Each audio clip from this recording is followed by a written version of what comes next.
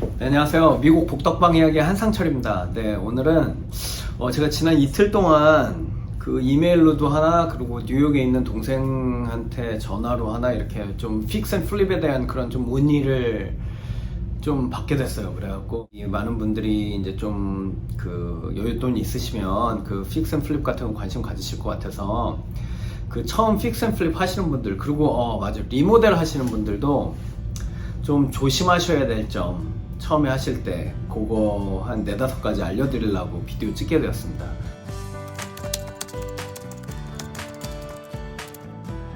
제가 예전에 픽스 앤 플립 많이 할 때 제가 이런 걸 미리 좀 알았으면 얼마나 좋았을까 하는 내용들, 그거 간략하게 소개해 드릴게요. 네, 첫 번째는 버제팅입니다. 버제팅. 그러니까 예산 짜는 거.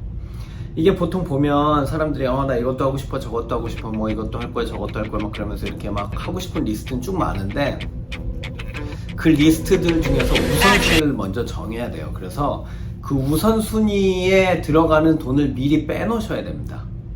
그러니까 뭐 집 리모델링 하실 때도 나 마루는 무조건 하드우드 플로어로 깔 거야, 뭐 이랬으면 그 하고 싶은 거, 진짜 하고 싶은 거, 그거에 대한 버젯은 미리 먼저 빼놓으셔야 돼요. 왜냐하면 다른 거 이것저것 하시다 보면 그 지출이 정말로 막 눈덩이처럼 불어나갖고 나중에 하드우드를 꼭 깔려고 그랬는데, 그래, 이 돈 없으니까 우리 그냥 바이널 플로어 하자, 뭐 이런 식으로 되는 거예요. 그래서 진짜 하고 싶은 거, 아니면은 픽스 앤 플립을 하실 때는 꼭 해야 되는 거는 먼저 버젯을 빼놓으십시오.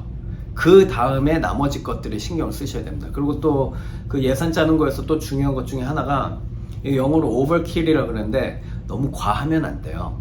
그 하다못해 내가 사는 집이어도, 예를 들어서 제가 뭐 30만 불, 40만 불짜리 집 사는데 저희 집에 막 서브지로 냉장고나 뭐 바이킹, 뭐 레인지 이런 걸 놔뒀다, 나중에 집 파실 때 그걸 건지시지 못합니다. 집은 빨리 팔릴 수는 있을 수도 있어요.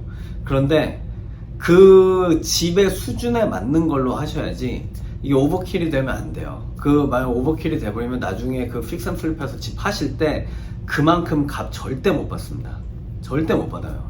그래서 오버킬 같은 거 하시면 안 됩니다. 그래서 그 버젯 예산 짜실 때는 꼭 중요한 거나 아니면 꼭 하고 싶은 거 먼저 돈을 떼놓고, 그 다음에 나머지 거에 대한 돈을 아끼는 건 나머지에서 아끼셔야 된다. 그리고 또 오버킬을 하시면 안 된다.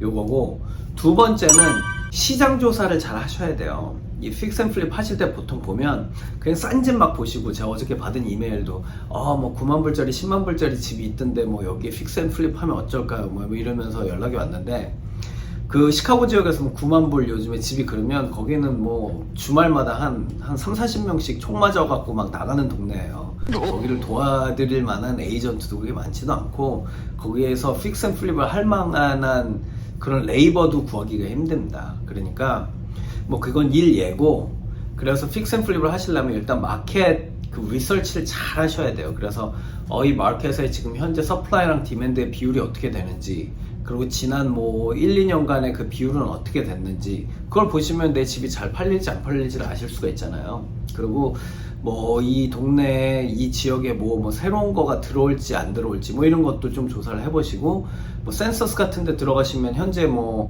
그 데모그래픽을 보실 수가 있어요. 그 동네. 그러면 이 동네는 뭐 학생이 더 많은 지역이니까 뭐 3베드룸 앨리스트 그런 집을 사야 되겠다. 아니면 뭐 시니어들이 많은 집이니까 뭐 투베드룸도 괜찮지만 렌치집으로 사야 되겠다. 뭐 이런 거를 그 스트래터지를 짜실 수가 있어요. 그래서 꼭 마켓 리서치를 철저하게 하셔야 됩니다. 집만 보고 싸고 이 집 그냥 고치면 괜찮을 것, 그런 식으로 하시면 안 돼요. 그래서 뭐 이런 그 정보를 얻고 싶으시면 그 지역에서 뭐 일 잘하시는 리얼터 찾으시면 이런 정보 수월하게 얻으실 수 있습니다. 그 세 번째는 프로젝트 매니지먼트예요. 이게 사실 진짜 중요해요. 그리고 제일 어려워요. 그러니까 뭐 제너럴 컨트랙터를 구하는 게 제일 중요한 건데, 이 제너럴 컨트랙터를, 좋은 제너럴 컨트랙터를 만나기가 정말 힘들어요. 돈을 무조건 세이브 하시려고 그러셔도 안 돼요. 프로젝트 매니저, 이 제너럴 컨트랙터를 고용을 하실 때. 왜냐면 제너럴 컨트랙터들은 일이 지금 고객님하고만 일이 있는 게 아니에요. 그래서 얘들은 돈 많이 주는 데를 먼저 가게 돼 있습니다. 그래갖고 뭐 똑같은 잡인데 저랑 먼저 딜을 했어요. 10만 불에. 그런데 뭐 다다음 주에 저쪽에서 12만 불을 준다 그랬어. 그럼 저희 일을 안 끝냅니다. 저기 가서 일하기 바쁘니까.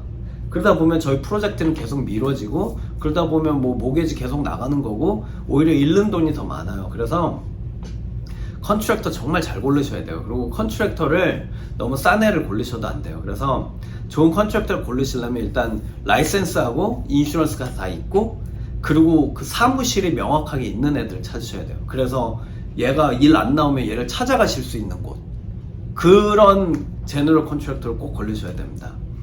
네, 그리고 그 다음에 네 번째는 리걸 그리고 퍼밋, 이거 관련된 거예요. 이건 정말 예민한 건데 제가 하셔라 하지 마셔라 말씀을 못 드리겠어요. 근데 퍼밋이 있으면 확실히 안전하게 공사 잘 끝낼 수 있습니다. 아무 문제 없이 리스크가 별로 없어요. 하지만 시간도 더 오래 걸리고, 왜냐면 뭐 예를 들어서 뭐 구조 같은 거 바꾼다 그러면 뭐 인스펙션이 그 빌리지에서 한 4번 막 이렇게 나와요. 그러면 그 인스펙션 페일 할 때마다 다시 또 업데이트를 해야 돼요. 그런 부분도 있고, 그리고 펄밋이 나오는 것 자체도 시간이 오래 걸릴 수도 있고 비용도 더 많이 들고, 그 펄밋을 받아서 일을 하면 무조건 인슈런스랑 라이센스가 있는 그런 분들이랑 일을 해야 돼요. 그러니까 되게 비싸져요 좀. 하지만 안전한 거고, 펄밋을 없이 하시다가 걸리면 펄밋 받고 그때부터 일하고 막 이러는데 이제 좀 밉상이 돼갖고 시간이 더 오래 걸리게 됩니다. 돈은 돈대로 더 들고. 그래서 고생을 더 많이 하시게 돼 있어요. 그래서 제가 어떤 게 더 좋다는 말씀을 못 드리는데, 하여간 리걸 펄밋 이 부분에 대해서도 컨트랙터 분하고 꼭 잘 상의해 보시고, 만약에 펄밋 안 뽑아서 하시다 걸렸을 때는 어떤 식으로 할 건지에 대한 그 대비책도 좀 미리 좀 생각을 해 보시고 진행을 하시기를 권해드립니다.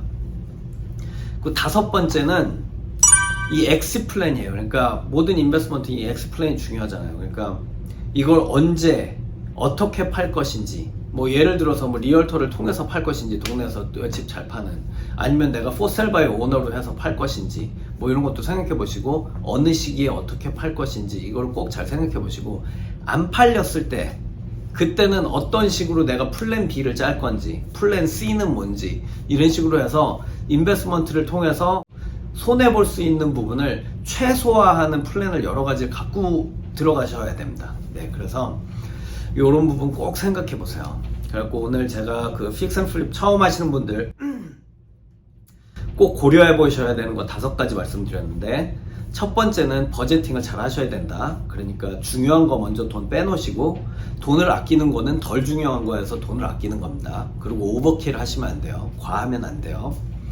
두 번째는 이제 시장 조사를 철저히 하셔야 돼요. 그 집만 보고 이렇게 막 그 집만 보고 들어가는 게 아니고 시장 전체를 보시고, 이게 그 뭐 승률이 있다 없다 요거를 좀 그 조사를 하신 다음 들어가셔야 된다. 그리고 세 번째는 프로젝트 매니지먼트를 정말 신경을 잘 쓰셔야 된다. 그리고 네 번째는 이제 리걸 퍼밋, 뭐 이쪽 관련해서 퍼밋을 받을지 안 받을지, 안 받을 거면 어떤 식으로 나중에 진행을 할 건지, 이런 거에 대해서 좀 구체적으로 이것도 생각을 꼭 한번 해보셔야 되고, 다섯 번째는 엑시 플랜, 뭐 세일즈 스트래터지, 뭐 이런 거 잘 생각해 보셔서 언제 어떻게 팔 건지, 그리고 안 팔렸을 때는 내가 어떤 식으로 여기서 엑시트를 할 건지, 이런 거를 잘 생각해 보셔야 돼요. 제가 이렇게 비디오를 찍어 드렸지만 사실 처음에 하시는 분들은 직접 자기가 프로젝트 그 오너로서 하시는 거 별로 권해드리진 않습니다. 이 동네에서 구글 같은 데서 이렇게 찾아보시면 픽스 앤 플립 그 트레이닝을 해주시는 분들이 계세요. 유명한 분들이 계세요. 지역마다 계세요.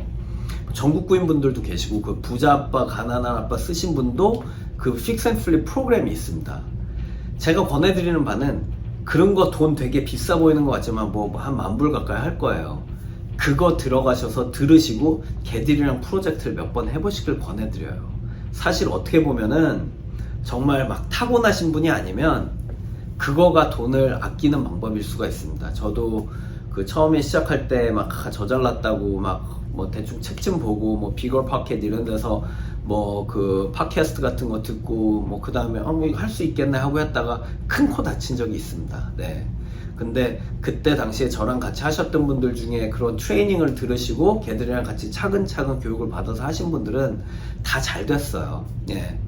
그래서 하여간 내가 처음 픽스 앤 플립을 하는 거면 절대로 혼자 하지 마시고 잘하는 애들한테 붙어서 칩빈하시고 돈 좀 주시고 그러면서 배워가면서 하시기를 권해드려요. 네, 하여간 오늘은 이 픽스 앤 플립 처음 하시는 분들에 대해서 좀 고려하셔야 될 부분에 대해서 좀 말씀드렸고요. 오늘 비디오가 뭐 도움이 되었거나 뭐 재밌으셨다면 구독, 좋아요, 알림 설정 꼭 눌러주시고요. 네, 그러면 다음 비디오에서 또 찾아뵙도록 하겠습니다. 감사합니다.